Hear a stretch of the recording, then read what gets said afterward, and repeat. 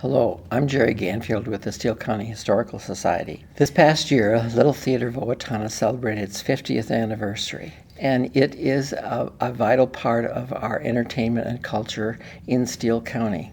I came to know it when I moved to town in 1976. It had been going for 10 years. It formed in 1966 after plays were put on hiatus for the World War II, and they reformed with 3 one-act plays at Washington School.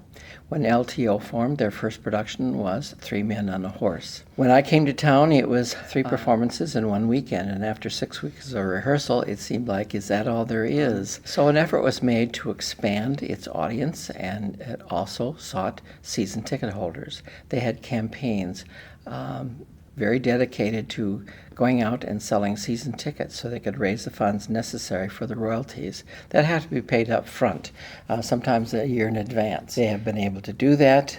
This last season, they celebrated 50 years by repeating 4 plays from the past, plus they ended with Grease, which was a sellout performance. And buying a season ticket in advance gave them those royalties, plus it gave the audience the first pick on the seats available in the auditorium.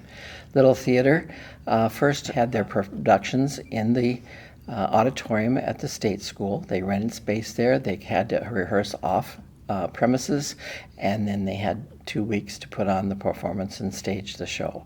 Now, of course, it's rented from the city, and they are able to rehearse there and build sets without that inconvenience. It is a vital part of the history of Steele County and Owatonna. It is, when I came, it's how you get to meet people in different professions. It's how I chose my barber. It's how I chose my dentist. And you got to know a lot of people.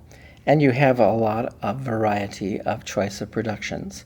There's been controversy, of course. I remember when I came to town, Godspell was being performed, and there was controversy for some conservative folks in the community about that production, but it turned out well, and the people enjoyed it.